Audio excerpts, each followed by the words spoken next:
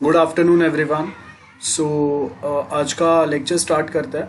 कल हम लोगों का काफ़ी शॉर्ट लेक्चर था, तो उसमें एक ही टॉपिक हम लोगों का कवर हुआ था। एंड आज हम लोग यूनिट 1 कंप्लीट करके ट्राई करेंगे कि वी यूनिट 1 बिकॉज बहुत दिन से चल रहा है एंड स्टार्ट करने का ट्राई करेंगे। सो कल जो हम लोगों का लेक्चर हुआ था, आई होप उसमें अभी किसी को कोई डाउट नहीं है। If you have any doubt you can ask anyone, any doubts? Okay, so if you have any doubt let me know. Will start with today's lecture. As you can, अभी जो topic है this time is cyber fraud and cheat. ये दोनों बहुत ही closely linked words है। Fraud बोलो, cheating बोलो, वन एंड द सेम चीज़ होता है। कहीं कहीं पे बहुत माइन्यूट डिफरेंस आता है, वही समझना है। आप अगर देखें इंटरनेट फ्रॉड्स जो है वो काफ़ी ज़्यादा इंक्रीज होते जाते हैं टाइम टू टाइम, और ये इंटरनेट कंट्रोल करने के लिए हम लोगों को कोई स्ट्रिक्ट रूल्स बनाने की ज़रूरत है। जिससे हम लोग अगर आप देखो कि जब तक हम लोग लोगों को पनिश नहीं करेंगे तब तक they want any good solution. कि आप अगर लोगों को पनिश करते हो, उनके अंदर वो डर है, तो ही they follow a pattern, a proper rules और ओवर इंटरनेट। अदरवाइज हर किसी दूसरे के साथ में ऐसा कोई ना कोई फ्रॉड्स चलते ही रहेंगे। सो यहाँ पे आपको क्या बोला है, from last few years so many internet frauds increase. Specially ये सारे जो फ्रॉड्स है ना, वो कहाँ पे होते हैं? ई कॉमर्स साइट्स पे होते हैं, जहाँ पे आपको कोई पायरेटेड प्रोडक्ट कर दे दिए जाते हैं, या कोई प्रोडक्ट जो प्रॉपर चलते नहीं है ऐसे एंड देन वापस वो रिप्लेस नहीं होते हैं, या आपके पैसे कभी वापस नहीं मिलते हैं। So this is the main problem. Many cyber frauds जो है ना वो डिस्क्लोज्ड ही नहीं होते हैं, बिकॉज उनको ऐसा लगता है कि अगर उन्होंने अगर साइबर फ्रॉड अगर हुआ है, वो अगर पब्लिक में डिक्लेयर कर दिया, तो उनका बिजनेस का रेपुटेशन, उनका नाम, उनका इमेज खराब होने के चांसेस है। लाइक अगर मैं बोल रहा हूँ कि देर इज अ बैंक, अब बैंक के पास बैकएंड में अगर कोई एक उनके ऊपर अगर साइबर फ्रॉड या कुछ होता है, अगर बैंक ही ऐसा केस अगर रजिस्टर करेगा, तो उनके जो कस्टमर्स है उनका तो ट्रस्ट ही नहीं रहेगा बैंक के ऊपर। सो दैट मीन्स कि बहुत बार ऐसे फ्रॉड्स जो होता है ना, वो कभी कभी बाहर आते ही नहीं है, अंदर ही अंदर रह जाते हैं। बिकॉज उनको पता रहता है कि अगर ये पॉइंट अगर बाहर आया, अगर बैंक ही बोल रहा है कि हम लोग के साथ फ्रॉड हो गया, हम लोग के साथ चीटिंग हो गया, तो कस्टमर्स बिलीव कैसे करेंगे कि अगर बैंक खुद को अगर बचा नहीं पा रहा है, तो हम लोग को कैसे बचाएगा? हम लोग के सेविंग्स, हम लोग के पैसे कैसे बचाएगा? सो बैंक फेल होने के, बैंकरप्ट होने के चांसेस बहुत ज़्यादा वहाँ पे बढ़ जाते हैं। तो इसके लिए देयर कस्टमर्स ट्रस्ट, वो कभी ऐसे केसेस रजिस्टर नहीं कराते ना। उसके आगे क्या बोला है? There are few areas where cyber frauds and cheating take place are misusing the credit card. आपने ये जमतारा वाला बेस्ट एग्जाम्पल है, आप वो याद रख सकते हो। वो एग्जाम्पल आप कहीं पे भी ऐड कर सकते हो।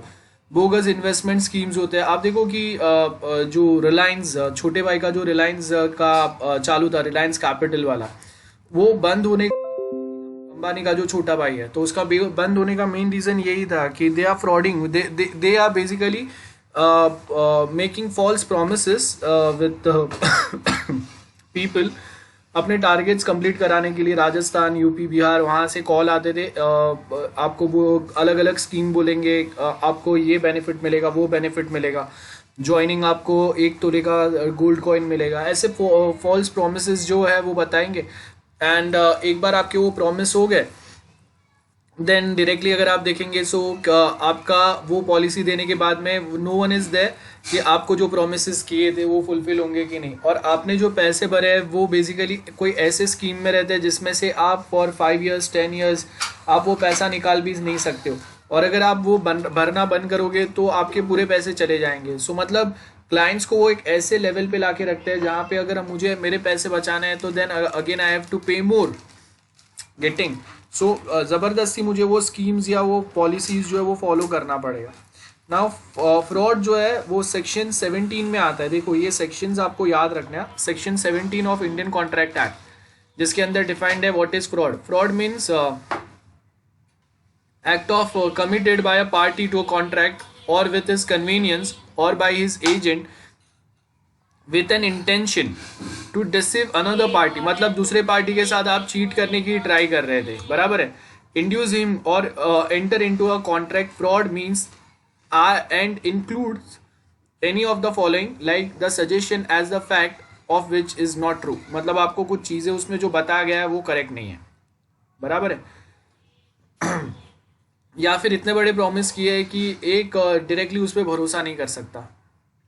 Active concealment of fact by one having knowledge और बिलीफ ऑफ द फैक्ट. सो ये अगर आप देखेंगे बेसिक वही पॉइंट्स दिए जैसे हम लोग बता रहे हैं कि आपको कोई बड़े प्रॉमिस किए, अगर लॉस हुआ तो हम लोग ये देंगे वो देंगे, ऐसे बहुत सारी चीज़ें आपको वहाँ पे मेंशन है. पढ़ के हम लोग को भरोसा नहीं होता है, रियल में भी वो होता नहीं है. सो एक कोई प्रॉमिस किया गया है without an intention to follow it, then यही सेम वे में अगर आप देखेंगे सो फ्रॉड के आपको अलग अलग पॉइंट्स दिए हुए. सो यहाँ पे आपको क्या बोला है कि कोई भी एक ऐसा चीज़ जो लॉफुली करेक्ट नहीं है, बराबर है, और वो अगर आपको बताया गया है वहाँ पे, सो वो क्या हो गया, फ्रॉडुलेंट एक्टिविटी हो गया.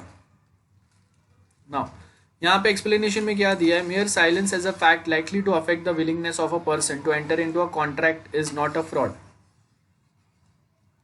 यहाँ पे as you can a person to enter into a contract is not a fraud unless the circumstance of a case are such that regard being had to them, it is duty of a person keeping silence to speak to, or unless his silence is in itself equivalent to a speech. So अगर मैं कोई एक चीज़ discuss कर रहा हूँ, कुछ बोल रहा हूँ, और मैं अगर बोल रहा हूँ कि हाँ मुझे कोई एक कॉन्ट्रैक्ट में करना है कोई एक पर्सन के साथ में, अब वहाँ पे अगर वो ऐसे कोई ग्राउंड्स नहीं है जहाँ पे मैं उसके साथ कॉन्ट्रैक्ट कर पाऊँ, या ऐसे कोई ग्राउंड्स मैं बना रहा हूँ जिसके थ्रू मैं वो पर्सन से कॉन्ट्रैक्ट कर पाऊँ, तो अगर यहाँ पे जब तक if parties are willing to go with in a contract, तो वो टाइम तक वो फ्रॉड नहीं है. फ्रॉड कब कंसिडर होगा, जब हम लोगों ने वो कॉन्ट्रैक्ट के अंदर कोई ऐसे टर्म्स कंडीशन या प्रोमिस डाले जो बाद में हम लोग फुलफिल नहीं कर रहे, राइट. अब यहाँ पे अगर आप देखेंगे ना, all frauds considered as cheating, लेकिन सारे चीटिंग जो है वो फ्रॉड कंसिडर नहीं होंगे. बहुत ध्यान से ये पॉइंट को याद रखने की ज़रूरत है. All frauds considered to be cheating can be considered as a cheating, लेकिन आई कैन नॉट से कि सारे जो चीटिंग वाले केसेस है उसको हम लोग फ्रॉड बोलेंगे. एंड चीटिंग जो है इज पॉपुलरली कॉल्ड एज 420. ये इंडिया में हम लोग अब बोलते हैं ना 420, हम लोग किसी को बुलाते हैं, इसका मतलब क्या रहता है, that is the fraud person. So 420 जो है वो इंडिया में cheating is defined in IPC, मतलब उसका डेफिनेशन जो है इज डिफाइंड इन आईपीसी, लेकिन वो डिफाइंड एक्चुअली कहाँ पे है, 415 में. सो यहाँ पे अगर आप देखेंगे हम लोग 420 बोलते हैं, लेकिन उसका मेन जो रूल्स है, क्या क्या केस को हम लोग चीटिंग कंसिडर करेंगे, उसका प्रॉपर जो प्रोविजंस जो है वो आपको आईपीसी 415 में मिलेंगे. सो यहाँ पे क्या बोला है, whoever by deceiving any person fraudulently or dishonestly induce the person so deceived to deliver any property or any person. आपने ऐसे बहुत सारे एग्जाम्पल देखे रहेंगे कि कोई एक प्रॉपर्टी का कॉन्ट्रैक्ट होता है और वो सेम कॉन्ट्रैक्ट फिर 4 और लोगों के साथ में होता है. सो वो क्या हो गया, that is something considered as a cheating with those people और विद दोज पर्सन. सो यहाँ पे वही बोला है कि आपने कोई प्रॉपर्टी देने का प्रॉमिस किया है, या फिर अगर मैंने किसी के पास से गोल्ड नेकलेस परचेस करने के लिए कॉन्ट्रैक्ट किया है कि हाँ आप मुझे इतने गोल्ड नेकलेस दोगे, एंड बाद में पता चल रहा है कि वो आपको गोल्ड का पानी चढ़ाया हुआ सिल्वर वाले नेकलेस दे रहा है, या फिर जो आर्टिफिशियल गोल्ड हो रहा है, गोल्ड होता है वो दे रहा है. ठीक है. सो यहाँ पे आपको क्या बोला है कि आप ऐसे कोई प्रॉपर्टी या ऐसा कोई डील कर रहे हैं जहाँ पे हम लोग क्या बोल रहे हैं, a person shall compulsory retain any property or intentionally induce a person to deceive, omit to do anything which he would not do or omit. So there are something जो हम लोग यहाँ पे उसको बता रहे हैं कि हटा रहे हैं या ये चीज़ हम लोग ऐड करेंगे, बराबर है. सो हम लोग ऐसे कोई पॉइंट्स के थ्रू हम लोग उसको मैनिपुलेट करने का ट्राई कर रहे हैं. सो डैमेज यहाँ पे क्या बोला है, ये जो भी आप कॉन्ट्रैक्ट में से कुछ चीज़ अगर ओमिट कर रहे हो या ओमिट किया है आपने, and he is likely to cause the damage और हार्म टू दैट पर्सन, उसके वो पर्सन को डैमेज हो सकता है, फिजिकल डैमेज या मेंटल डैमेज हो सकता है, उसका जो इमेज है, पब्लिक इमेज है, रेप्यूटेशन है, वो डैमेज हो सकता है। सो ऐसा कभी कुछ भी अगर होता है that is considered to be as a cheating. ठीक है, आपने बहुत सारे ऐसे केसेस, ऐसे एग्जाम्पल्स देखे रहेंगे जिसमें ये चीटिंग वाले जो केसेस है वो आता है। There are many cases of such thing. One such best example is, आपने वो एक मूवी देखा रहेगा मिस्टर नटवरलाल, अमिताभ बच्चन का, बहुत पुराना मूवी है। सो उसमें जो पर्सन बताया था वैसा there was a real person जिसने, दिस वॉज द हिस्ट्री, ये पर्सन ने ताजमहल, लाल किला, इंडियन पार्लियामेंट तक किसी दूसरे को बेच दिया था। ठीक है, स्टेटिंग वो टाइम पे जो फॉरेनर्स आते थे कि अगर किसी को शादी करना है, किसी को अपने शादी का रिसेप्शन रखना है, सो इस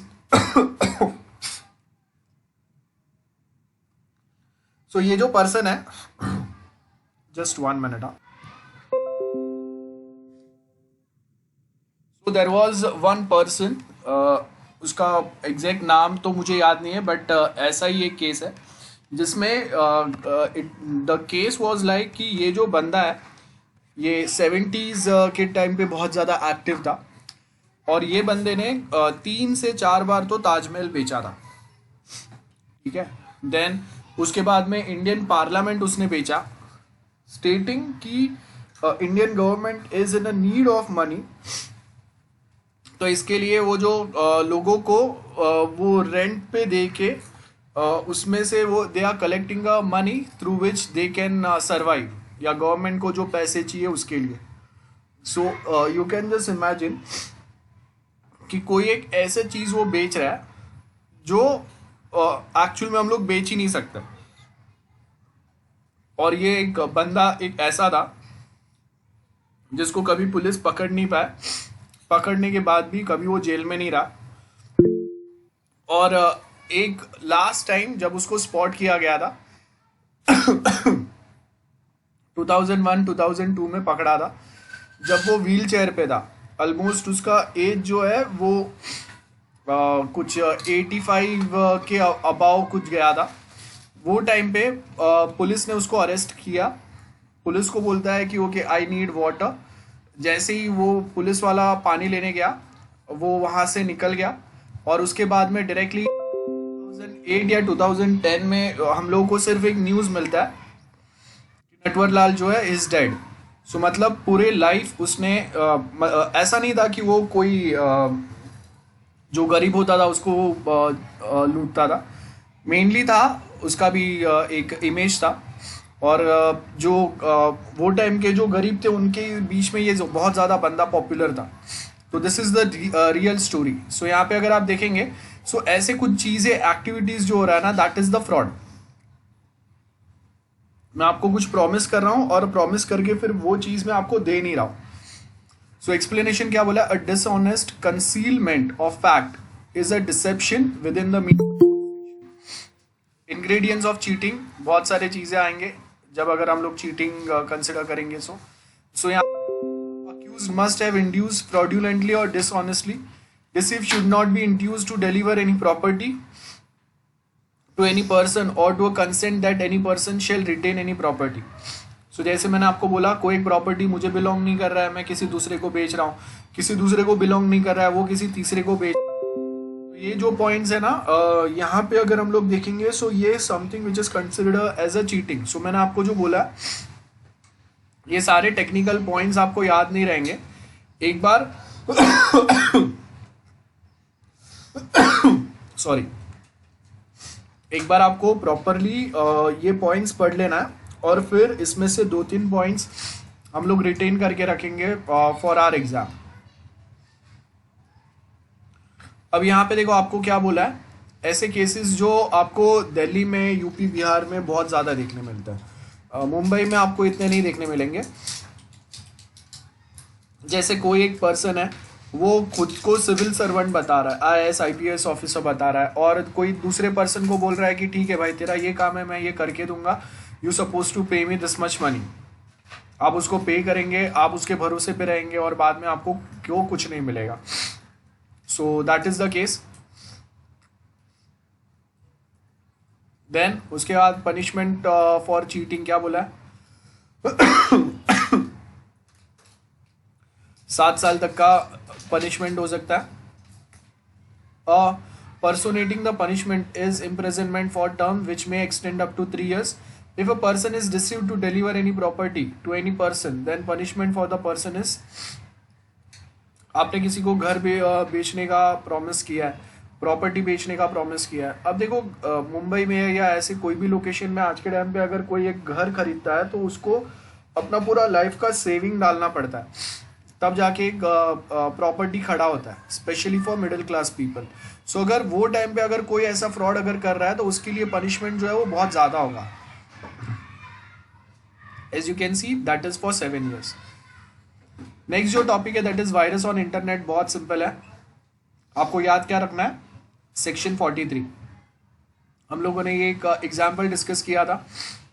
इंटरनेट जब नया आया था 2002 का जो टाइम था, Yahoo messenger was the most popular one. Cyber cafe में लोग जाके वहाँ पे ये याहू मैसेंजर के ऊपर चैट रूम्स हुआ करते थे, उसके अंदर वो लोग बैठते थे. सो वहाँ पे अगर आप I love you virus was the most popular one. हाँ, सो 99 है, मतलब बहुत ज़्यादा पॉपुलर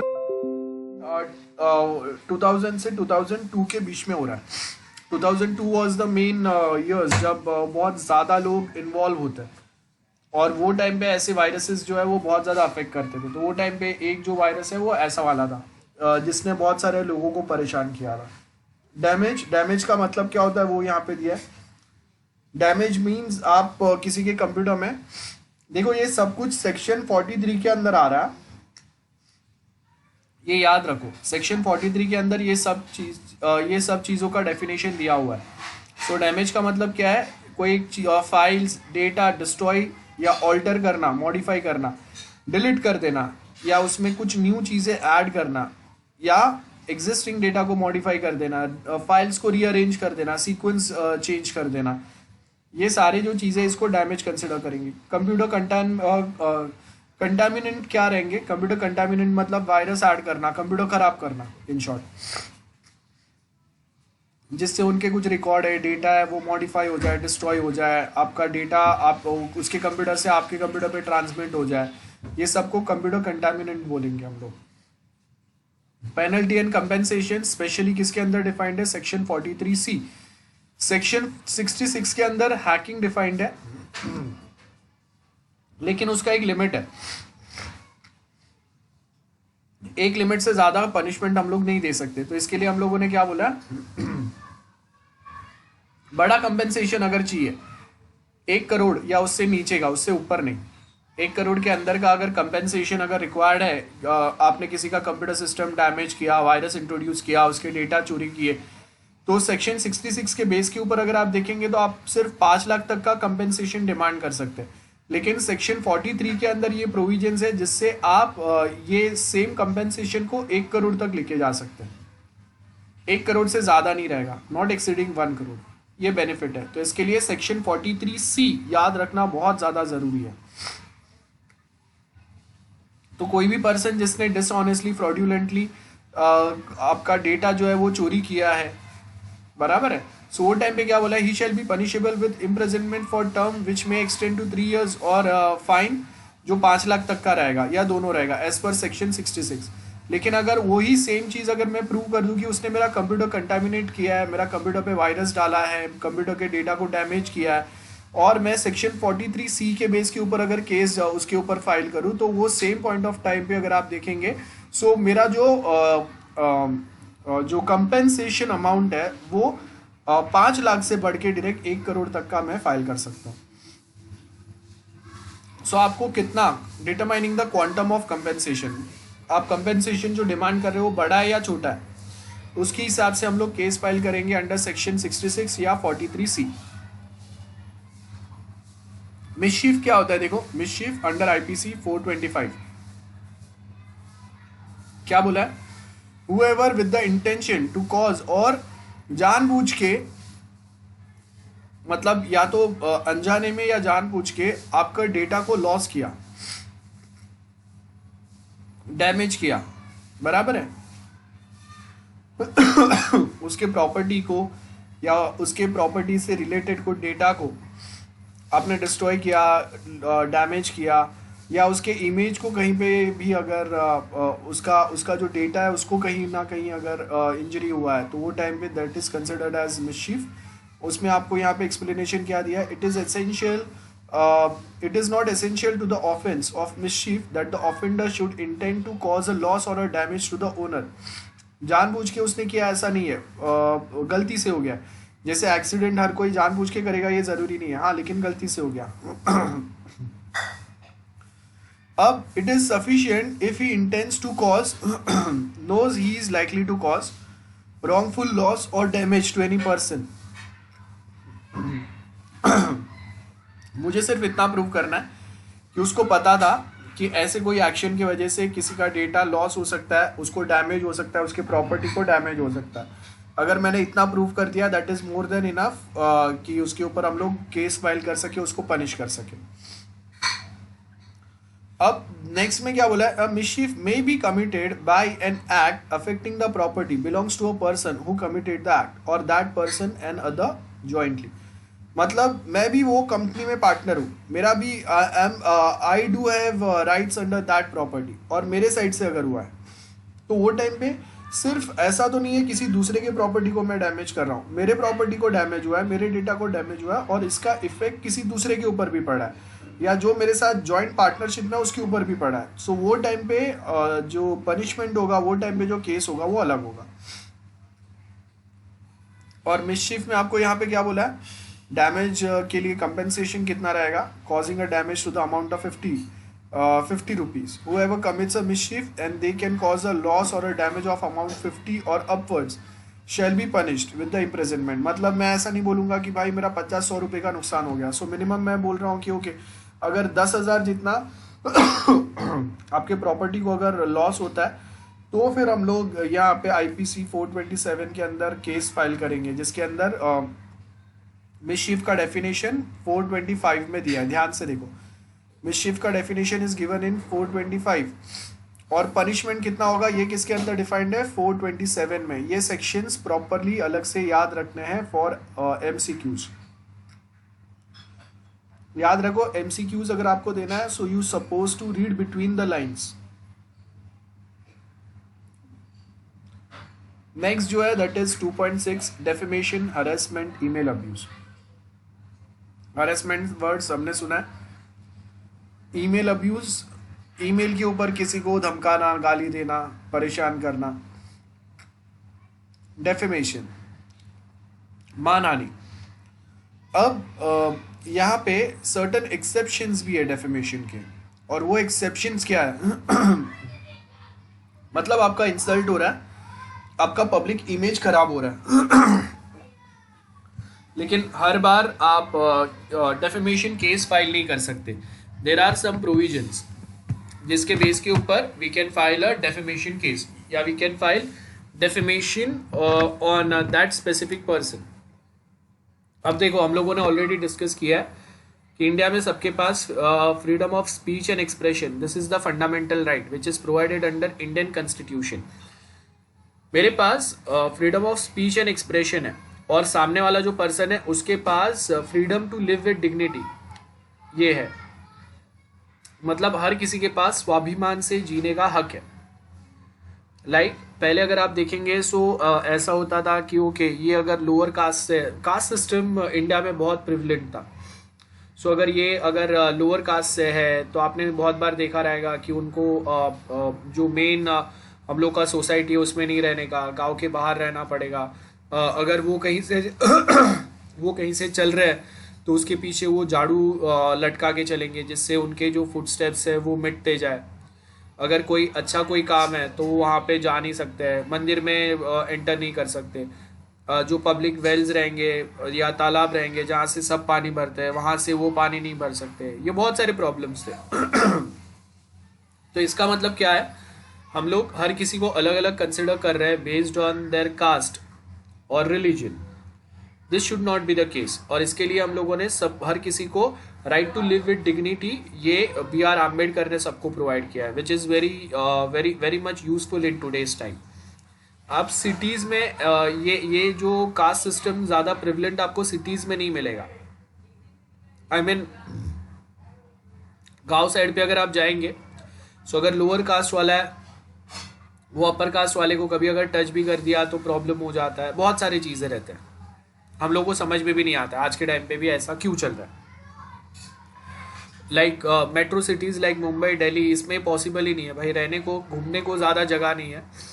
अगर मैं ट्रेन में चढ़ रहा हूँ और मैं बाजू वाले को पूछूंगा कि भाई तेरा कास्ट क्या है, तू लोअर कास्ट है निकल जा, ऐसा कोई सुनता नहीं है, बराबर है। सो जब अगर हम लोग मेट्रो सिटीज़ में रहते हैं, so we don't have much time और रिसोर्स, हम लोग अपने काम पे फोकस करते हैं। तो यहाँ पे अगर आप देखेंगे तो आपको कोई रेयरली ऐसा कोई मिलेगा जो कास्ट में बिलीव करता है या हिंदू मुस्लिम में बिलीव करता है, रिलीजन में बिलीव करता है और उसके बेस के ऊपर अपना बिजनेस या कुछ करेगा, ऐसा यहाँ पे नहीं होता। सो अगर होता है किसी के साथ तो आज के टाइम पे उनके पास ये फंडामेंटल राइट है। सो मेरे पास freedom of speech and expression है और सामने वाले के पास right to live with dignity है। सो अगर मैं अपना freedom of speech and expression जब यूज कर रहा हूं तो मुझे ये ध्यान में रखना है कि सामने वाले का right to live with dignity जो है, उसका फंडामेंटल राइट जो है वो वायलेट ना हो, ठीक है। और दूसरी बात, इंडिविजुअल फंडामेंटल राइट से ग्रुप के जो फंडामेंटल राइट होते हैं उसको ज्यादा वैल्यू होता है। मतलब ग्रुप के मतलब we all have right to follow any religion, so वो रिलीजियस राइट है कि हम लोग मंदिर बना सकते हैं, हम लोग पूजा कर सकते हैं, right, this is the fundamental right. So वो जो है वो ग्रुप राइट्स है। अगर मैं बोल रहा हूँ कि okay if you are Hindu you can follow that specific religion और सम अदर रिलीजन, सो आप देखो कि कम्युनिटी राइट्स दिए हुए हैं हम लोगों ने, क्योंकि ये अगर ये कम्युनिटी का है तो वो अपने कम्युनिटी या अपने रिलीजन के जो टेम्पल या कोई प्लेसेस है, मस्जिद है, ऐसे कुछ बना सकते हैं, ठीक है। सो अब यहाँ पे क्या बोला है कि अगर हम लोगों ने अपने फंडामेंटल राइट्स यूज करके ऐसे कम्युनिटी राइट्स या इंडिविजुअल फंडामेंटल राइट्स को अगर किसी को हार्म किया, so at that point of time that person can file a case, ठीक है। लेकिन वो टाइम पे आपको भी बहुत क्लोजली इस पे नोटिस रखना है। अब सर्टेन केसेस जो है ना, इसमें फंडामेंटल राइट से ज़्यादा दूसरे एंगल्स भी इन्वॉल्व हो जाते हैं, ठीक है। लाइक विमेंस का टेम्पल एंड ट्री मूवमेंट, आपने वो साउथ इंडिया का वो जो टेम्पल था जिसका प्रॉब्लम चल रहा था, आपने सुना रहेगा कि वो एक्टिविस्ट थी who is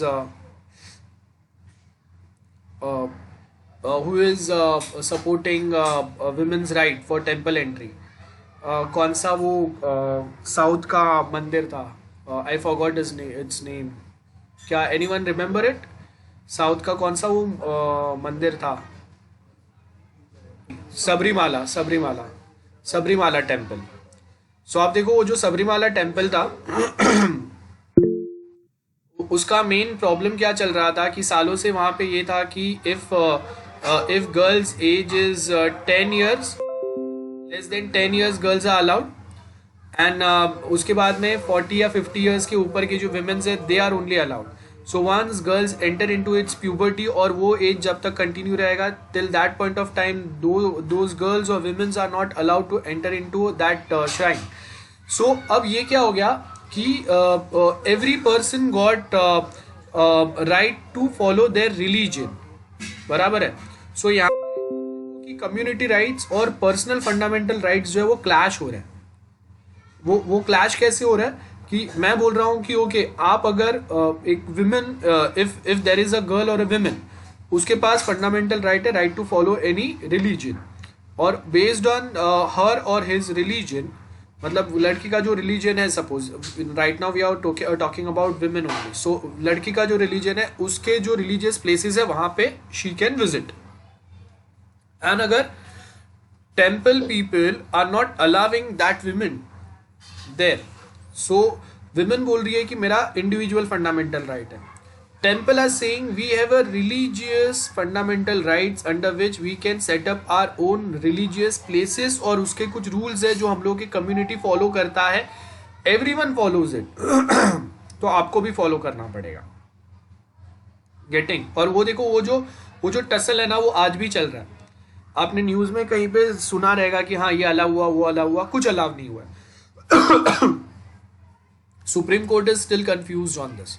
so exactly same way defamation के अंदर भी अगर आप देखेंगे सो आपको कम्युनिटी के जो फंडामेंटल मतलब पूरे कम्युनिटी को एक राइट्स मिल रहे हैं। जैसे वहाँ के जो गांव के लोग हैं they all follow that specific rules कि हाँ जो लॉर्ड अयप्पा थे उन वो एक स्पेसिफिक ये पैटर्न से बिलीव करते थे, तो हम लोग गर्ल्स को या विमेंस को अलाउ नहीं करेंगे जो प्यूबर्टी एज पे रहेगा।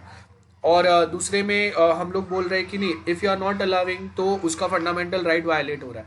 अब देखो कि एक का फंडामेंटल राइट के सामने पूरा कम्युनिटी के राइट्स है, तो कौन जीतेगा?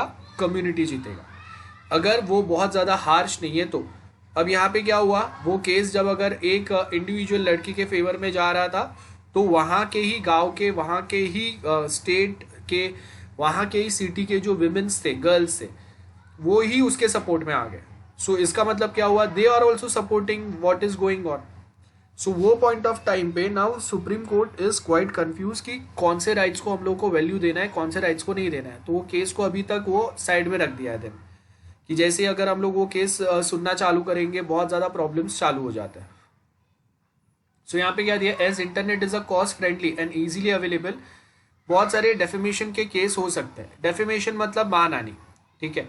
सो अब देखो कि ऐसे कोई केस है, ऐसा कोई मैं कमेंट कर रहा हूँ किसी पे और किसी के रिलीजियस सेंटिमेंट्स अगर हर्ट हो रहे हैं तो वो मेरे अगेंस्ट केस फाइल कर सकता है, या वो कम्युनिटी मेरे अगेंस्ट केस फाइल कर सकता है। अब हरेसमेंट जो है वो कुछ अलग हो गया। हरेसमेंट में आप डेफेमेशन, मानहानि का केस फाइल नहीं करेंगे। हरेसमेंट जो है वो मेंटल हरेसमेंट, फिजिकल हरेसमेंट भी हो सकता है। सो वो टाइम पे वो क्रिमिनल केसेस के वे में रेफर होगा, ठीक है। सो यहाँ पे अभी हम लोग क्या बता रहे हैं, there are websites available containing nude photos of Indian Bollywood stars और एक्टर्स। अब देखो ये क्या हो गया, इसके अंदर आप किस में डालेंगे उसको, डेफेमेशन में डालेंगे, हरासमेंट में डालेंगे, या ईमेल अब्यूज में डालेंगे? किस में डालेंगे बताओ जल्दी से। आपने देखे रहेंगे ना ऐसे एमएमएस या ऐसा अगर कुछ स्प्रेड होता है, किस में कंसिडर करेंगे हम लोग ये केस को? Anyone? Where can we consider cases? तीनों में आएगा, ओके। अगर एमएमएस अगर आ रहा है या ऐसे फोटोज आ रहे हैं, सो वो मानहानि ही नहीं है, उसके एक लेवल ऊपर है। ध्यान से समझो what I am trying to say. मानहानि कब तक है, जब तक आपका रेपुटेशन सिर्फ स्पॉइल हो रहा है। अगर रेपुटेशन से ऊपर चीज है, मतलब अगर कोई एक एमएमएस जा रहा है तो सिर्फ रेपुटेशन स्पॉइल नहीं हो रहा है और बहुत सारे प्रॉब्लम्स हो रहा है। सो वो टाइम पे वहां पे हम लोग सिर्फ डेफेमेशन केस नहीं डालेंगे। आपने मेरा राइट टू प्राइवेसी जो है वो वायलेट किया, आपने ऐसे कुछ चीज़ डाल दिए जिससे अभी मैं पब्लिक में डायरेक्ट जा नहीं सकता हूँ, मेरा फैमिली का इमेज जो है वो स्पॉइल हो गया, मतलब वो डायरेक्ट हरेसमेंट हो गया है, वो एक क्रिमिनल ऑफेंस हो गया है। मैंने आपको एग्जाम्पल के लिए एक बार बोला भी था कि जो अलीगढ़ यूनिवर्सिटी जो है, मनोज बाजपेयी का मूवी है, वो जाके देखना अलीगढ़ यूनिवर्सिटी वो मूवी, तो आपको पता चलेगा वो डेफेमेशन में नहीं आता, वो क्रिमिनल ऑफेंस हो जाता है देन, ठीक है। एक लिमिट के आगे that becomes a criminal offence. So अगर कोई एक एमएमएस स्प्रेड हो रहा है ना, तो वो एमएमएस स्प्रेड होने का मतलब है, ओके। नाउ टेल मी, आपने बहुत बार ये ऐसे केसेस न्यूज में भी आता है कि जो गर्ल्स के चेंजिंग रूम रहते हैं वहां पे होता है। सो अगर ऐसे कोई स्पाई कैम्स आ रहे हैं ना, तो वो टाइम पे हम लोग डेफेमेशन केस फाइल करेंगे क्या, मानहानि फाइल करेंगे, या क्रिमिनल केस फाइल करेंगे? कॉमन सेंस अप्लाई करो। वो टाइम पे मानहानि नहीं हो रहा है, this is directly a criminal offence, criminal case जाएगा। सो वो हरेसमेंट हो रहा है, यस, फिजिकल हरेसमेंट हो रहा है, मेंटल हरेसमेंट हो रहा है। सो डिफेमेशन के एक लेवल ऊपर चले गया, ठीक है। अब क्या चीजें डेफेमेशन में कहां पे डिफाइंड है? अब देखो क्या बोला है, whoever by words either spoken or intended to be read or by some signs या स्लोगन्स लेट्स सपोज कि आपने बहुत बार वो देखा रहेगा वेस्ट बंगाल और बीजेपी का जो टसल चलते रहता है। तो the people who supports BJP in West Bengal, they just keep on using one slogan, जय श्री राम। यस। सो वो क्या हो रहा है, वो किसी ना किसी को हम लोग भड़का रहे हैं, किसी ना किसी को हम लोग चिढ़ा रहे हैं। सो अब वो स्लोगन जो हम लोग यूज कर रहे हैं वो यहाँ पे अब वो स्लोगन यूज करने से डू यू थिंक कि directly Mamata Banerjee can file a defamation case? No, not at all. Defamation case का यहाँ पे जो बाउंड्री है वो नहीं आता है। डेफेमेशन केस कभी आएगा, ये पॉइंट में नहीं आएगा। डेफेमेशन केस आप देखो कि एक लिमिट जब क्रॉस होता है और डायरेक्टली अगर हम लोग अटैक कर रहे हैं तब डेफेमेशन केस आएगा। अगर मैं कहीं पे किसी को चिढ़ा रहा हूँ, वहां पे अगर कोई जय श्री राम बोल रहा है, मतलब इनडायरेक्टली वो टॉन्ट कर रहे हैं उसको, बराबर है। मतलब what they are trying to prove कि ओके बीजेपी का जो डोमिनेंस है वो बढ़ते जा रहा है। सो वो टाइम पे Mamata can not file a case in this situation. Case कब फाइल होगा, डेफेमेशन केस कब जाएगा? जब अगर हम लोग किसी को डायरेक्टली बोल रहे हैं कि ओके इसने ये किया है, उसने ये वो एलिगेशंस लगा रहे हैं हम लोग, जिसका एक प्रॉपर प्रूफ नहीं है मेरे पास। सो तब वो सर्टेन चीजें जाएंगे। सो यहाँ पे आपको क्या बोला है, कोई कार्टून्स हम लोग बना रहे हैं। आपने वो जी न्यूज़ पे, देन इंडिया टीवी पे, उस पे आपने देखा रहेगा सो सॉरी आज तक पे आता है, वैसे बहुत सारे कार्टून्स आते हैं। अब वो कार्टून्स जो होते हैं ना, उसमें भी हम लोग एक लिमिट मेंटेन करते हैं। वो एक लिमिट अगर क्रॉस हो गया तो मजाक से अगर वो आगे गया तो वो टाइम पे भी डेफेमेशन केस आ सकता है। ठीक है। आप देखो कि अगर कोई कार्टूनिस्ट है और वो अगर गवर्नमेंट को क्रिटिसाइज कर रहा है with the help of those cartoons, so वो टाइम पे government can not directly file a defamation case because criticising a government policies. Remember, if I criticise a government policies, मतलब मैं ये बता रहा हूं कि आपका government policy is not capable enough to handle the needs और fulfil the needs of Indian citizen और any specific community of citizen. तो वो टाइम पे वहां पे डेफेमेशन केस नहीं आएगा। क्रिटिसाइजिंग अ गवर्नमेंट मतलब एक आपके गवर्नमेंट होता है और एक अपोजिशन होता है, तो अपोजिशन का काम ही ये रहता है टू क्रिटिसाइज द गवर्नमेंट, जिससे गवर्नमेंट को अपनी गलती पता चले और गवर्नमेंट के पास हमेशा एक डर रहे कि अगर आप कुछ रॉन्ग करेंगे तो there are some few people who are going to criticise your policies. अगर अपोजिशन में कोई नहीं रहेगा तो गवर्नमेंट जो चाहिए वो करेगा। फिर वो तो 1975 इमरजेंसी जैसा सिचुएशन हो जाएगा कि उठा के सबको जेल में डाल दो, इंदिरा गांधी, बराबर है। सो ऐसा नहीं होना चाहिए सिचुएशन। तो इसके लिए हम लोग यहाँ पे क्रिटिसाइज कर रहे हैं and criticising critics are not criticising a government should not be considered as defamation because वहां पे हम लोग okay let's take one example. हम लोगों ने जो लॉकडाउन था उसमें सुना कि ओके मोदी गवर्नमेंट ने 2 लाख करोड़ डाल दिया, 1 लाख करोड़ डाल दिया। आपको खुद को कितना बेनिफिट हुआ? ठीक है, डायरेक्टली हम लोग यही पूछेंगे। अगर वो आके अगर कोई बोलता है कि ओके इतना लोन दिया हम लोगों ने, इतना लोन दिया, अरे लोन दे रहे हो भाई आप, you are directly not printing a money and putting it in our economy जैसा यूएस कर रहा है। So that is something different. So on that ground, if I try to criticize government, so उसको हम लोग defamation consider नहीं करेंगे because उन्होंने कुछ proper किया नहीं है। They are interpreting in a wrong manner. बराबर है। So अगर वो मैं अगर बोल रहा हूँ, it doesn't means कि Modi government can file a case. अगर ऐसा होने लगा तो जो आधे जो अपोजिशन में सबके ऊपर डेफेमेशन केस रहेगा। सो इसके लिए आपको ये समझना है कि क्रिटिसाइजिंग समथिंग, जब तक वो क्रिटिक्स या वो आप जो क्रिटिसाइज कर रहे हैं किसी को, वो उसके पॉलिसी रिस्पेक्ट में पर्सनल लेवल तक नहीं जा रहे, तब तक डेफेमेशन केस नहीं जाएगा। ठीक है। सो आप देखो कि अगर सपोज अब कॉलेज में अगर कोई एक एग्जाम कंडक्ट हो रहा है, ऑनलाइन एग्जाम हो रहा है, यूनिवर्सिटी अगर करा रहा है और मैं अगर बोल रहा हूँ कि ओके ये ऑनलाइन एग्जाम स्ट्रक्चर जो है वो प्रॉपर नहीं है, इसमें यहाँ पे ये चेंज होना चाहिए, अगर मैं वहाँ पे कुछ सजेशंस दे रहा हूँ, मैं वहाँ पे कुछ मॉडिफिकेशन बता रहा हूँ, सो इट डजेंट मीन्स कि कॉलेज या यूनिवर्सिटी आके मेरे ऊपर डेफेमेशन केस फाइल कर देगा। सो ये बहुत ज़रूरी है समझ सॉरी कि कभी हम लोग डेफेमेशन केस फाइल करेंगे और कभी नहीं करेंगे। सो यहाँ पे आपको वही बोला है कि कोई एक स्लोगन्स यूज करके आप देखो अभी 26 जनवरी को जो हम लोगों ने देखा कि लाल किले के ऊपर डायरेक्ट खालिस्तान का जो फ्लैग था वो लगा दिया गया, इंडियन फ्लैग निकाल के। सो नाउ वो डेफेमेशन है ही नहीं, that directly comes under a criminal offense where someone is trying to what we say, someone is trying to hamper the democratic fabric of India. So वो directly बहुत अलग ही एक चीज हो गया।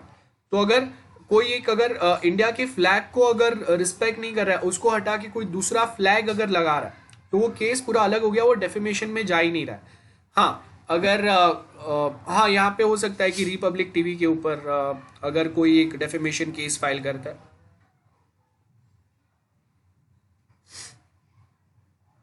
अवधेश मतलब क्या बोल रहा है? I am not getting. Durgesh, can you unmute yourself? मुझे समझा नहीं व्हाट यू आर आस्किंग।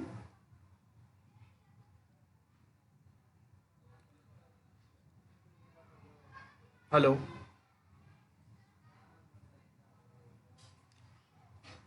हाँ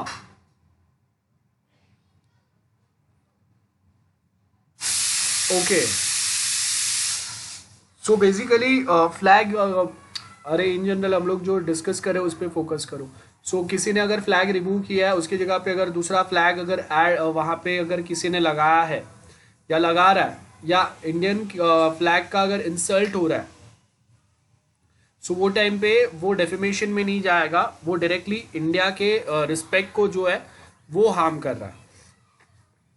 सो वो टाइम पे केस जो है वो अलग बनेगा। अब रिपब्लिक टीवी जो है वो बंदा ही अलग है, वो चीज़ ही अलग चल रहा है, ठीक है। For TRP they are doing something.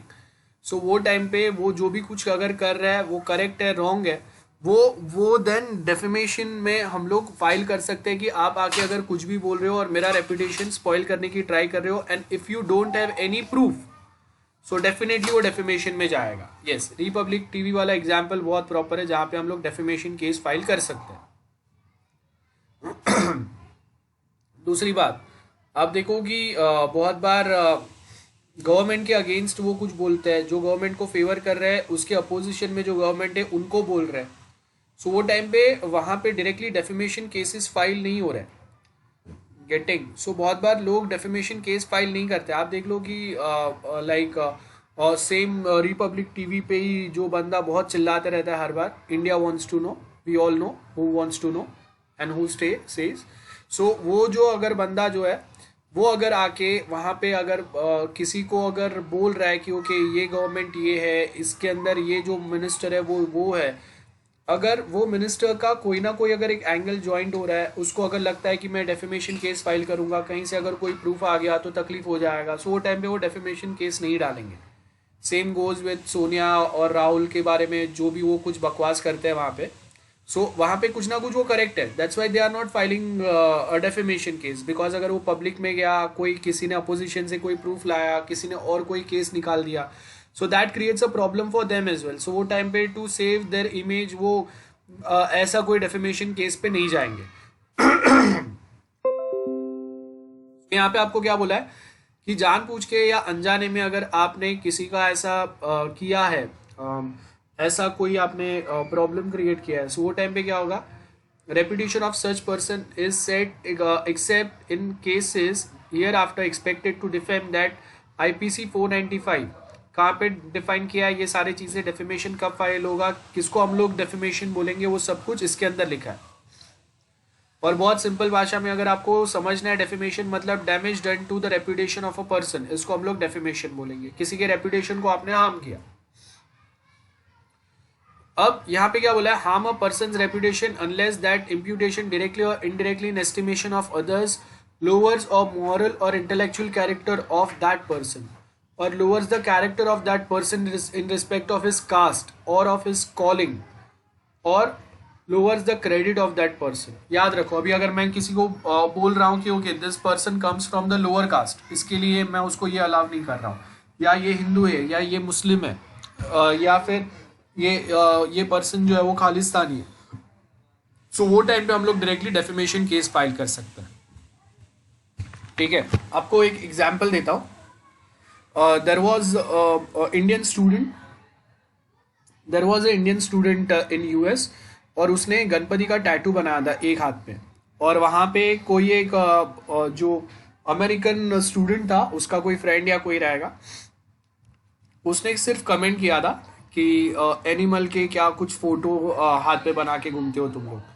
सो ये जो उसने कमेंट किया, उसके अगेंस्ट उसने जाके कोर्ट में केस फाइल कर दिया, this XYZ person has hurt my religious sentiments.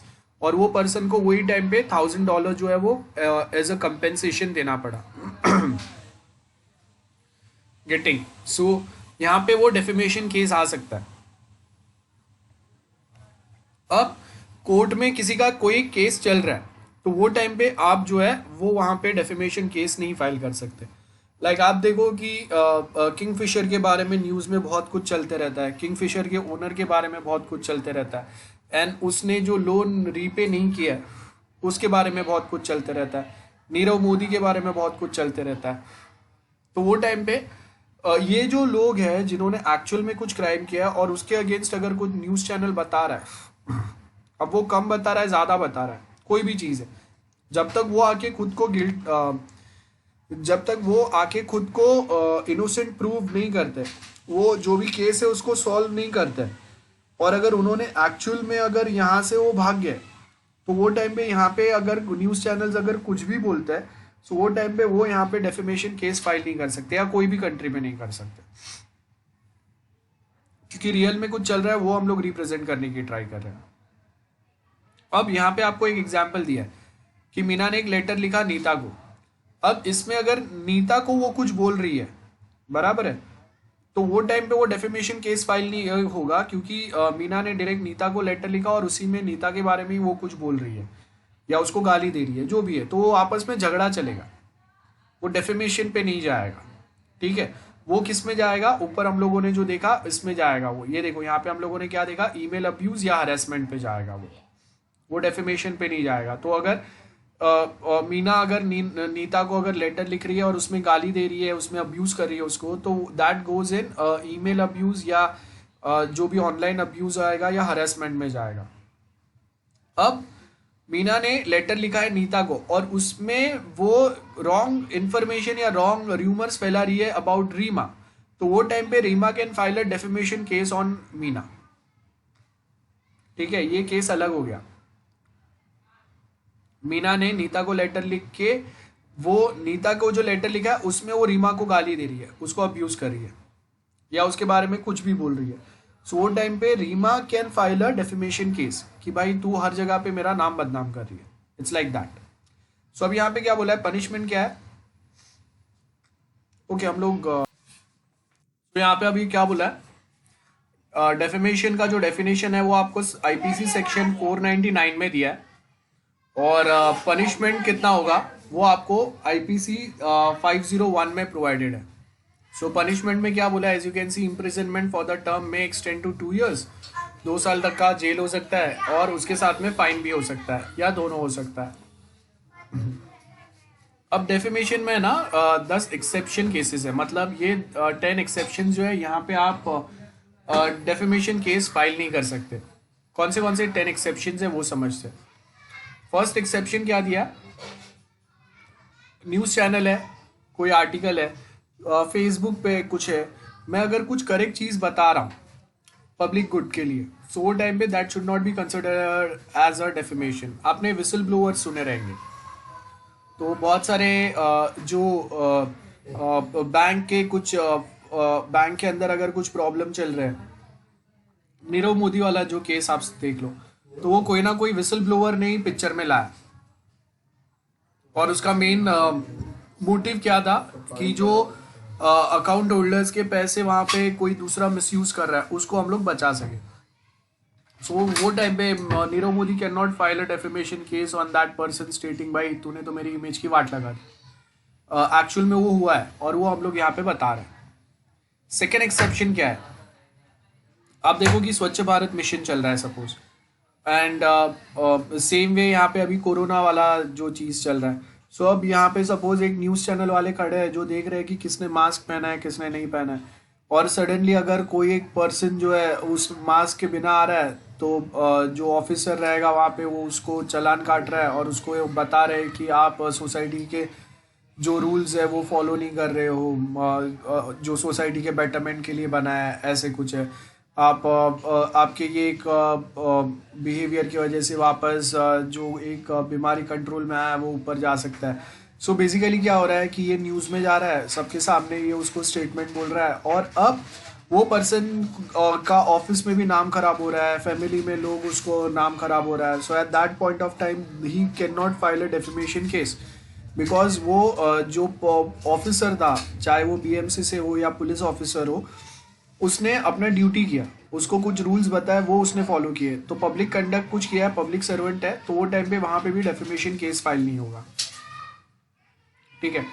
Same और एक एग्जाम्पल आप यहाँ पे देख सकते हैं कि पुणे में रिसेंटली चालू हुआ था कि जो भी अगर रोड पे थूकेंगे, पुणे या नासिक में जो भी रोड पे थूकेंगे उन्हीं के पास वापस साफ कराया जाएगा।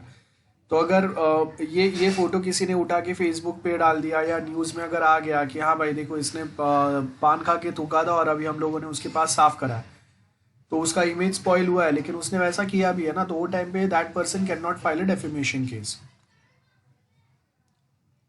अब थर्ड टॉपिक क्या है, third exception, conduct of any person touching any public question. Like farmer issue चल रहा है, क्या है, पब्लिक क्वेश्चन है, उसमें अगर मैं बोल रहा हूँ कि हाँ अभी अभी जो ये इशू हुआ उसके बाद में अभी सबके अगेंस्ट एफआईआर हो रहा है, तो मैं गवर्नमेंट को क्रिटिसाइज कर रहा हूँ, या फार्मर्स जो प्रोटेस्ट कर रहे हैं उनको सपोज क्रिटिसाइज कर रहा हूँ अपना ये जो लेक्चर चल रहा है उसके अंदर। So at that point of time अगर मैं कोई एक फार्मर ऑर्गेनाइजेशन को स्पेसिफिकली क्रिटिसाइज कर रहा हूँ, या हम लोग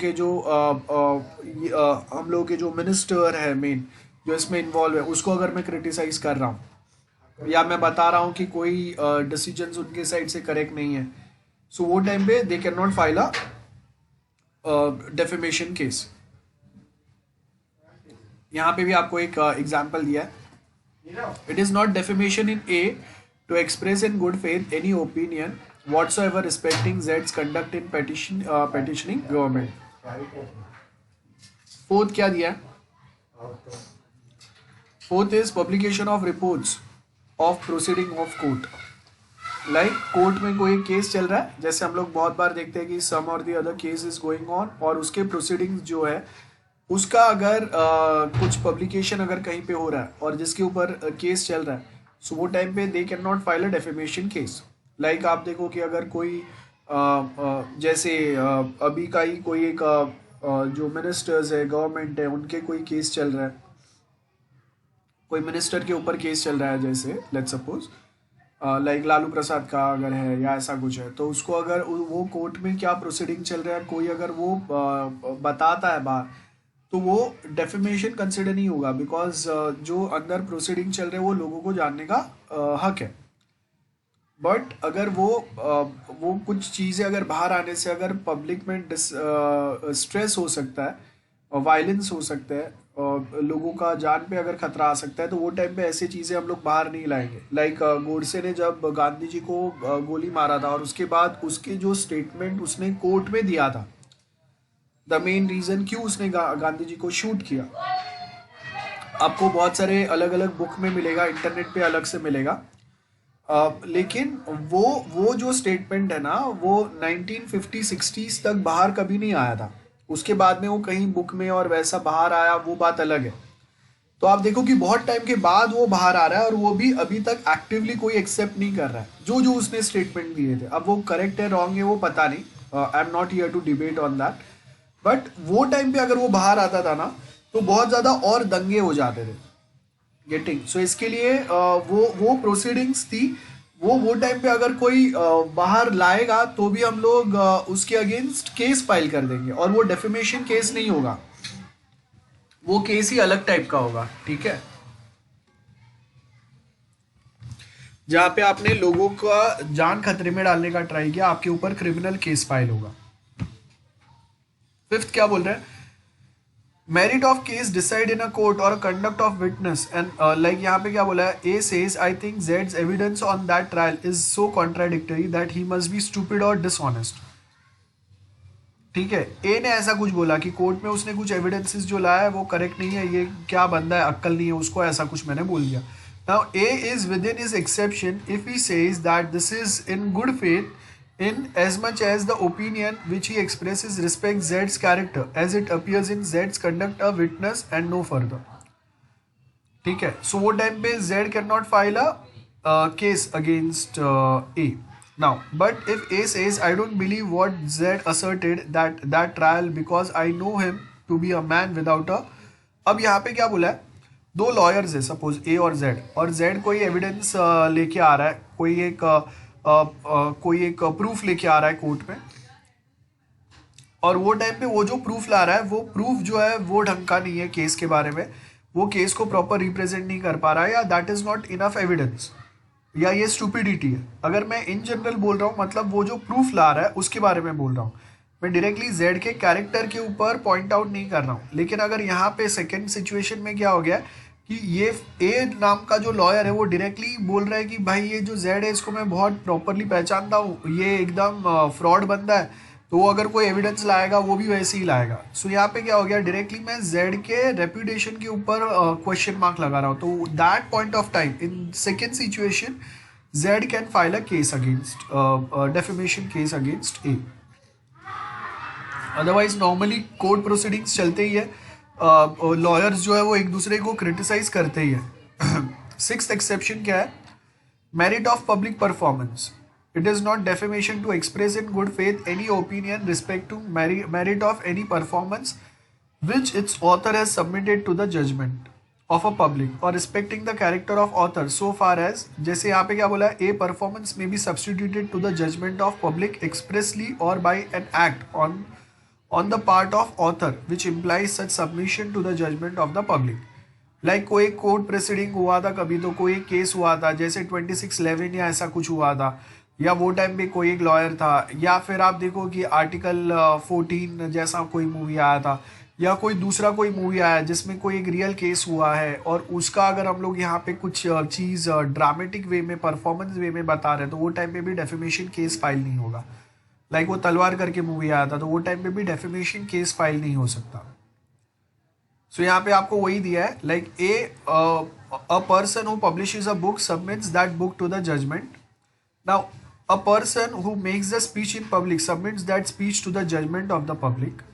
एन एक्टर और a singer who appears on a public stage submits his acting और a singing in the judgement of the public. बराबर है, तो वो एक्ट कर रहा है, ये ऑथर है जो बुक लिख रहा है, या कोई एक परफॉर्मेंस दे रहा है, कोई एक स्पीच दे रहा है कोई एक आके, तो वो क्या कर रहा है, वो सेम जजमेंट, वो जो सॉन्ग गा रहा है, ये सब वो वहाँ पे पब्लिक में रख रहा है. Now A says a book published by Z, Jades book is foolish, Z must be a week man, Jades book is indecent, Z must be a man of impure mind. A is within the exception if he says this is in a good faith in such as much as the opinion which he expressed of Z's respect, Z's character, only so far as it appears Z's book and no further. So अगर A अगर criticise कर रहा है ना, तो अगर A सिर्फ अगर Z के बुक को क्रिटिसाइज कर रहा है, तब तक Z जो है वो डेफेमेशन केस फाइल नहीं कर सकता. लेकिन अगर A डायरेक्टली अगर Z को क्रिटिसाइज करता है, then one can file a defamation case. जैसे अगर मैं बोल रहा हूँ कि चेतन भगत के बुक्स या नॉवेल्स जो आते हैं, they are not of a perfect mind. कोई बुक जो आता है वो प्रॉपर नहीं है, पैदल दिमाग का बुक है, वो कुछ भी लिखा हुआ रहता है, कुछ भी स्टोरी होता है, और प्रॉपर स्टोरी नहीं है, लॉजिक नहीं है, एंडिंग नहीं है, अच्छा बिगिनिंग नहीं है, एनीथिंग. सो वो टाइम पे I am criticising that book, I am not criticising Chetan Bhagat here. So जब तक मैं उसको क्रिटिसाइज नहीं कर रहा हूँ, डायरेक्टली उसके कैरेक्टर के ऊपर पॉइंट आउट नहीं कर रहा हूँ, till that point of time that author can not file a case against me.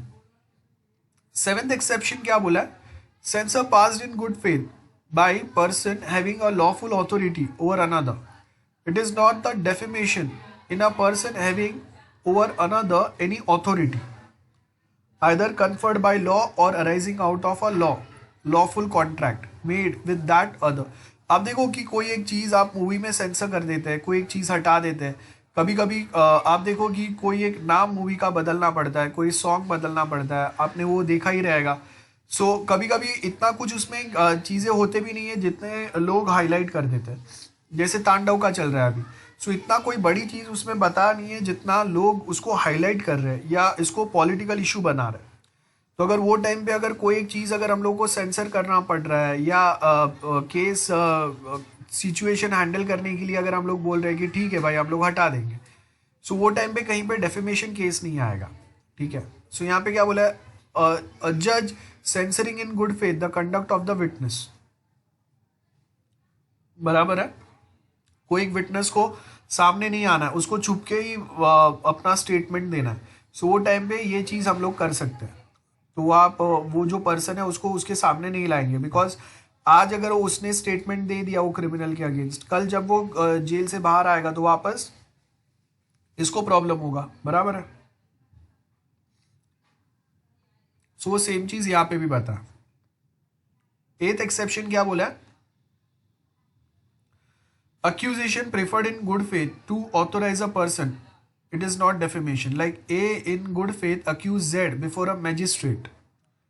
तो कोई केस चल रहा था जिसके बेस के ऊपर ए ने क्या किया, जेड को अक्यूज किया कि हाँ इसने ऐसा चोरी किया रहेगा, ऐसा केस उसके ऊपर पहले भी हुआ है। सो वो टाइम पे Z can not file a defamation case. ठीक है। नाइन्थ क्या बोला, imputation made in a good faith. Like जैसे आप देखो कि बहुत बार हम लोगों ने बहुत सारी जगह पे देखा रहेगा, शॉप के बाहर लिखा रहता है फर्स्ट पे and then collect your order. तो वो टाइम पे I can not file a defamation case कि भाई वो मेरे पास से पहले पैसे मांग रहा है। Like Ambani can not ask कि भाई मैं इतना बड़ा अमीर हूँ और ये फिर भी मेरे पे भरोसा नहीं कर रहा है, is questioning on my reputation कि भाई मैं पैसा दिए बिना उसका कोई प्रोडक्ट लेके जाऊंगा। So that time also defamation can not be file because that something a simple rule which is followed by that shopkeeper for everyone. So whoever visits that shop, they all are equal because as we know Indian constitution में कोई भी person जो है वो बड़ा या छोटा नहीं है। ठीक है, everyone is equal. सो वही यहाँ पे हम लोगों ने बोला। सो अगर किसी को मैं लाइन में रखने बोल रहा हूँ, किसी को मैं बोल रहा हूँ कि ओके आपको जो हम लोग का शॉप है उसके ये रूल है, यही फॉलो करने पड़ेंगे। सो अगर मैं किसी को लाइन में खड़े रहने बोल रहा हूँ तो अगर कोई एक बड़ा मिनिस्टर या कोई है, ही can not file a defamation case on me स्टेटिंग कि भाई मैंने उसको रूल फॉलो करने बोला। 10th एक्सेप्शन क्या है यहाँ पे ध्यान से देखो। एंड नेक्स्ट थिंग यहाँ पे क्या बोला है, caution intended for a good of a person to who conveyed or for a public good, it is not defamation to convey a caution in good faith to one person against another, provided that such caution is intended for a good of the person to whom it is conveyed or of some person in whom that person is interested or for the public good. Let's take an example. Suppose हम लोग में से कोई एक है जो बाहर अगर कोई पार्टी कर रहा था, स्मोक कर रहा था, मेरे डैड के फ्रेंड ने देख लिया, उसने आके मेरे डैड को बता दिया कि भाई आपका बेटा वहाँ पे सिगरेट पी रहा है। सो अब मैं जाके वो अंकल के ऊपर केस नहीं ठोकूंगा कि भाई आपने मेरे पेरेंट्स के सामने, मेरे सोसाइटी के सामने मेरा इमेज स्पॉइल कर दिया, I am filing a defamation case, मानहानि हो गया, मेरा बहुत अच्छा रेपुटेशन था। So that should not be considered as defamation, वो भी एक्सेप्शन है यहाँ पे। और उसके आगे अगर कोई क्रिमिनल एक्टिविटी है, लाइक आप जब तक कहीं पे अगर किसी का रेपुटेशन वायलेट हो रहा है ना, तब तक हम लोग डेफेमेशन कंसिडर करेंगे। अगर फिजिकली किसी को हम लोग हर्ट कर रहे हैं वो डेफेमेशन नहीं आता, वो क्रिमिनल आएगा। So the cyber criminal having a violent mind to threaten and intimidate others are punishable under IPC section 503, मतलब वो क्रिमिनल इंटिमिडेशन हो गया। ठीक है, criminal intimidation, whoever threatens another with any injury to his person, reputation or a property or to person or reputation of anyone in whom the person is interested, तो वो time पे defamation नहीं आएगा, criminal offence आएगा। ठीक है। A threat to injure the reputation of any deceased person in whom the person threatened is interested. Illustration क्या दिया, A for a purpose of inducing B to desist from prosecuting a civil suit। तो अगर मैं बोल रहा हूँ कि भाई तूने केस अगर फाइल किया मेरे अगेंस्ट तो समझ ले तेरे फैमिली को उठा लूंगा मैं, ये कर दूंगा वो कर दूंगा। सो वो टाइम पे मानहानि का केस नहीं आएगा भाई, यहाँ पे आपका रेपुटेशन के ऊपर भी एक लिमिट जाता है, आपका फैमिली पिक्चर में आ रहा है, आपके फैमिली मेंबर्स को कोई मारने का ट्राई कर रहा है। ठीक है। सो अभी यहाँ पे क्या बोला है, the punishment for criminal intimidation, ऐसा धमकी देना जो है उसमें सेक्शन 506 पिक्चर में आएगा of IPC. Punishment for such criminal intimidation, किसी को धमकाना या ऐसा कुछ बोलना कि भाई तेरे फैमिली को उठा लूंगा, तेरे बीवी बच्चों को किडनैप कर लूंगा, तो वो टाइम पे क्या होगा, 2 साल तक का जेल होगा और फाइन होगा, या दोनों हो सकता है। If threat to be cause either one of the following then punishment is imprisonment up to 7 years और फाइन और बोथ। सो या तो आपने जान लेने का धमकी दिया उसको, बराबर है, डेथ और अ ग्रीवियस हर्ट, मतलब रियल में किया है, यहाँ पे तो धमकी दिया है तो 2 साल तक का होगा, लेकिन अगर एक्चुअल में मारने का कोशिश किया तो वो टाइम पे क्या होगा, 7 साल तक का जेल हो सकता है। If threat to be caused death और a grievance hurt, destruction of property and many such thing.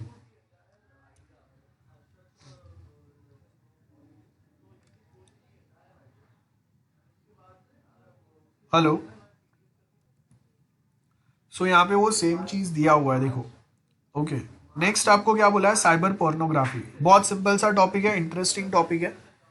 Cyber pornography में हम लोग क्या क्या पॉइंट्स के ऊपर फोकस करेंगे, अगर बहुत सिंपल वे में बोले, हम लोगों ने ऑलरेडी इसके जो प्रोविजंस है वो पढ़ ही लिए है, if you remember. So now next जो हम लोग का पॉइंट है दैट इज साइबर पोर्नोग्राफी। अब बेसिकली यहाँ पे हम लोग क्या बता रहे हैं या क्या पॉइंट के ऊपर फोकस कर रहे हैं, हम लोगों ने ऑलरेडी एक बेसिक टॉपिक जो है ना वो डिस्कस कर लिया है, cyber. As we know in India, browsing a content, such content is not a crime, but publishing और distributing such content is a crime, बराबर है। सो इसके बाद आपको समझ में आना चाहिए कि आपका कोई एक फ्रेंड अगर ऐसा कोई छोटा सा वीडियो भी अगर आपको व्हाट्सएप करता है, so that is also considered as a cyber crime, ठीक है। सो आप देखो यहाँ पे क्या बोला है, cyber pornography is an act of using a cyber space or create, display, distribute or import or publish such obscene material, ये हम लोग बोल सकते हैं, बराबर है। With the advent of cyber space, traditional porn content has now been largely replaced by online or digital pornographic content. So यहाँ पे आपको क्या बोला है, cyber pornography is banned in many countries and legalised इन सम। सो बहुत सारे कंट्रीज है जहाँ पे ये टोटली बैंड है, कहीं कहीं पे ये लीगलाइज्ड है, like we have example of US जहाँ पे। और जो जो ऐसे कोई इंडस्ट्री में होता है उनके अलग से राइट्स होते हैं, उनको अलग से गवर्नमेंट के साइड से कंपलसरी टेस्टिंग करना पड़ेगा, ये सारे रूल्स रेगुलेशंस उनको समझाए जाते हैं। सो कि यहाँ पे क्या बोला, in India under the IT act 2000, ये एक ग्रे एरिया है, मतलब कंप्लीटली अलाउड भी नहीं है और कंप्लीटली बैन भी नहीं है, हम लोगों ने छोड़ दिया है ऐसे। लाइक अब देखो कि मैं अगर अपने पर्सनल लाइफ में क्या कर रहा हूँ वो कोई दूसरा इंटरफियर नहीं कर सकता। So in my personal life if I am browsing something and someone interferes there, then that is the violation of my right to privacy, getting. So यहाँ पे ये इशू मेन पिक्चर में आ रहा है। सो बहुत बार बहुत सारे लोगों ने ये इशू रेज किया है कि right to privacy you are violating, मतलब हर किसी के पास सर्टन फंडामेंटल राइट है, and if you are banning all such content then that is the violation of someone's privacy, someone's fundamental right, ठीक है। क्योंकि मैं अपने पर्सनल लाइफ में कुछ भी करूँ ना, आप जबरदस्ती नहीं कर रहे हो, मैं अपने मर्जी से अपने प्राइवेट प्लेस में कुछ तो कर रहा हूँ, not in a public place. And at same point of time मैं जब तक किसी का रेपुटेशन हार्म हो या किसी का पर्सनल लाइफ को मैं नहीं देख रहा हूं, तब तक that is not considered as a crime. अब यहाँ पे आपको देखो क्या बोला है, under section 67 of IT act 3 साल का जेल होगा एंड 5 लाख तक का फाइन हो सकता है। सो यहाँ पे क्या बोला है, publication which would include uploading on a website या व्हाट्सएप ग्रुप और any other digital portal.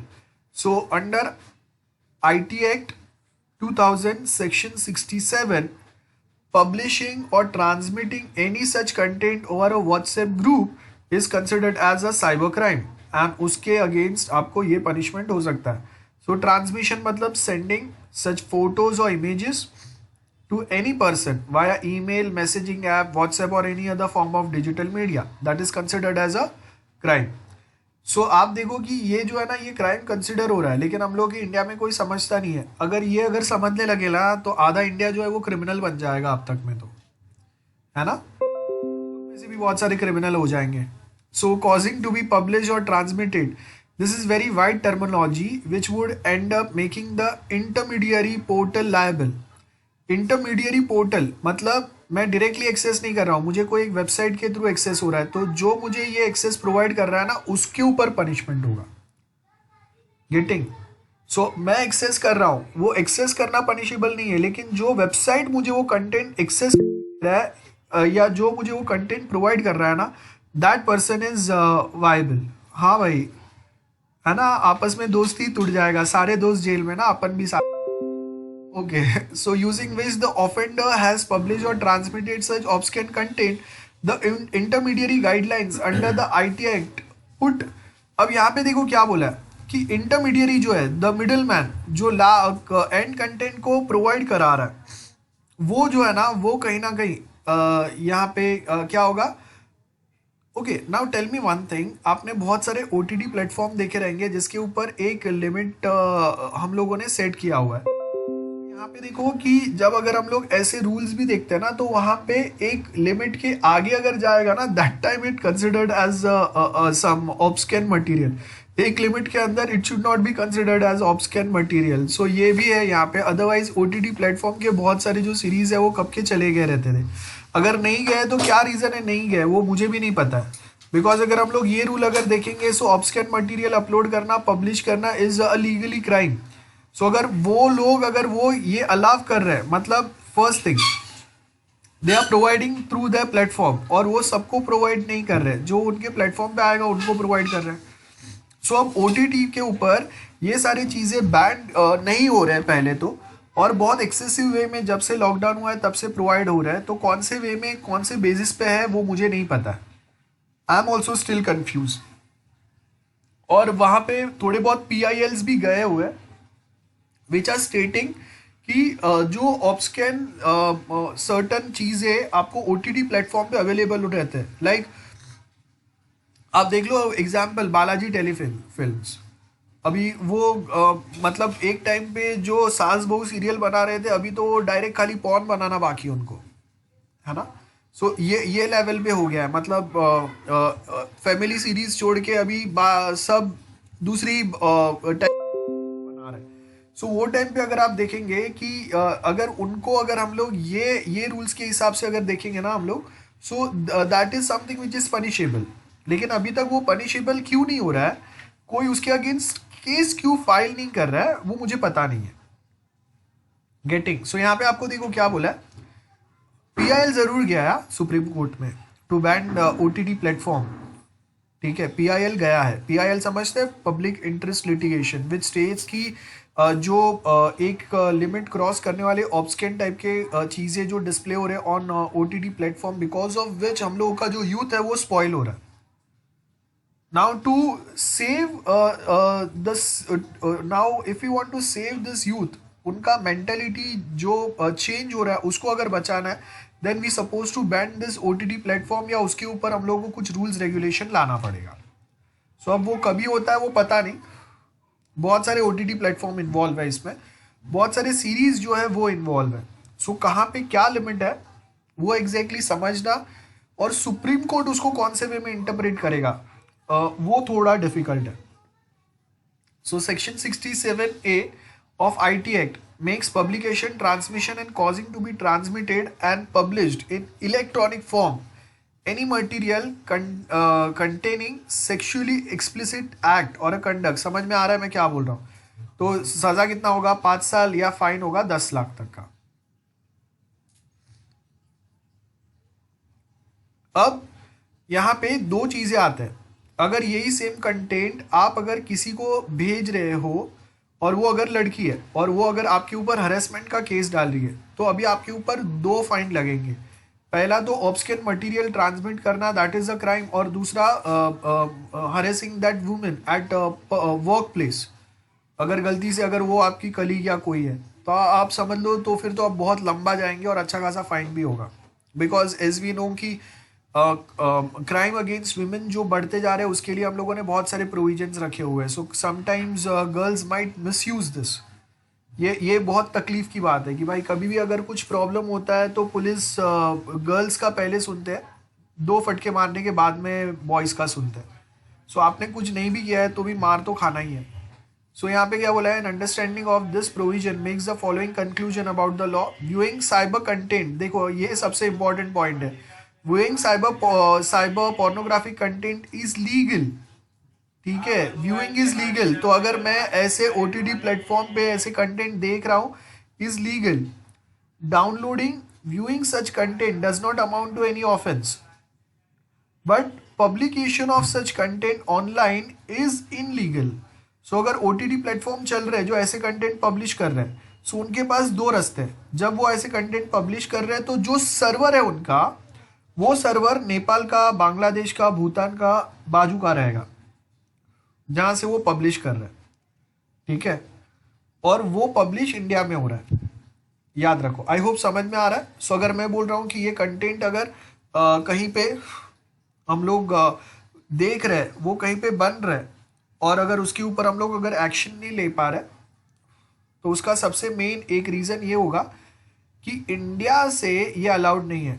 But Nepal में अगर आप देखेंगे तो उनका कॉन्स्टिट्यूशन अभी लीगली अलाउड हुआ है कि नहीं वो उनको भी नहीं पता है, अभी भी झगड़ा चल रहा है उनका, उनके नए कॉन्स्टिट्यूशन को लेके। उनका प्राइम मिनिस्टर का खुद का ठिकाना नहीं है, तो मतलब गवर्नमेंट ही अनस्टेबल है, तो वहाँ पे वो ऐसे छोटे मोटे केसेस के ऊपर तो ध्यान भी नहीं देंगे। तो इसके लिए अगर आप देखेंगे यहाँ पे कि जो कंटेंट अगर ऐसे कुछ अपलोड होंगे या सर्वर पे जाएंगे जहाँ से बाकी सब लोग अगर एक्सेस कर पा रहे हैं, तो ऑफकोर्स वो इंडिया से नहीं होगा, सो दैट वो ऐसे लीगल केस में ना फंसे। Then storing is not a offense, transmitting is offense, and especially transmitting a content जिसमें child pornography रहेगा, वो बहुत बड़ा ऑफेंस है।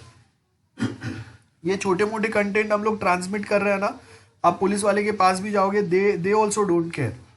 लेकिन अगर चाइल्ड पोर्नोग्राफी अगर पिक्चर में आता है कहीं ना कहीं पे, तो फिर बहुत बड़े प्रॉब्लम में हम लोग फंसते हैं। ठीक है, बिकॉज वो एक बहुत रॉन्ग चीज़ है। सो जब तक चाइल्ड पोर्नोग्राफी नहीं इन्वॉल्व है, तब तक आप अगर ऐसे केस लेके भी जाएंगे तो ज़्यादा उसको एंटरटेन नहीं करते, छोटा मोटा कुछ फाइन बिन मार के छोड़ देते हैं। बड़ा केस कब बनेगा, जब चाइल्ड पोर्नोग्राफी पिक्चर में आएगा। ठीक है, I hope this is clear. Okay, other IT offences. अब ये देखो यहाँ पे है ना, ये जो ऑफेंसेस जो है ये मैं बता नहीं रहा हूँ, यहाँ पे ये बहुत सारे दिए हुए हैं, ये आपको लाइन से अपने हिसाब से पढ़ के रखना है। एमसीक्यूज में ये डेफिनेटली आएंगे। ठीक है, एमसीक्यूज में डेफिनेटली आएंगे, सो आपको याद रखना है। लाइक सेक्शन 65 क्या है, 66 क्या है। अब आप कैसे याद रखेंगे वो आपके ऊपर है। अगर मैं रहूँगा तो मैं याद रखूँगा कि ओके कौन से ऐसे केसेस है जिसमें फाइन जो है वो सिमिलर टाइप का है, उसको मैं साथ में क्लब करूँगा। जिसमें फाइन अलग टाइप का है उसको अलग क्लब करूँगा। सो देखो 3 साल का जेल, 1 लाख का फाइन। सो ऊपर से देखेंगे 4 केस जो है उसमें फाइन सेम है, सो इसको मैं साथ में क्लब करके एक साथ पढ़ूंगा। और कैसे पढ़ूंगा, एक तो मैसेज के ऊपर गाली दिया, बाद में उसका फ़ोन चुरा लिया, बाद में उसका फेसबुक अकाउंट बनाया गेटिंग, और बाद में कोई तो कंप्यूटर रिसोर्स के थ्रू चीटिंग किया उसके ऊपर। सो ये आप देखो कि ये वे में मैं ऐसा कोई एक निमोनिक बना के मैं याद रखूँगा इसको। यही वे में आप भी याद रख सकते हो, दूसरा कोई हम लोग के पास ऑप्शन नहीं है। साइबर टेररिज्म एक बहुत बेकार चीज है, और इसके लिए आप देखो लाइफ इम्प्रिजनमेंट है। साइबर टेररिज्म मतलब लोगों को रेडिकलाइज करना, उनको डराना, या ऐसे कुछ कंटेंट प्रोवाइड करना जिससे कम्युनिटी में डिफरेंस बढ़े या कम्युनिटी वायलेंस बढ़ जाए।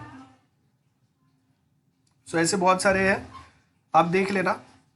ठीक है, ये पूरा टेबल आपको 74 तक पढ़ना है। I hope this is clear to everyone. Now उसके बाद में हम लोगों का ये वाला टॉपिक है, ये मैं नेक्स्ट टाइम कराऊंगा, आज नहीं करा रहा हूं। अभी आपको आज के लिए कुछ डाउट है तो पूछो। Anyone, any doubt guys? सब लोग है ना, जागे है ना? किसी को कोई डाउट है?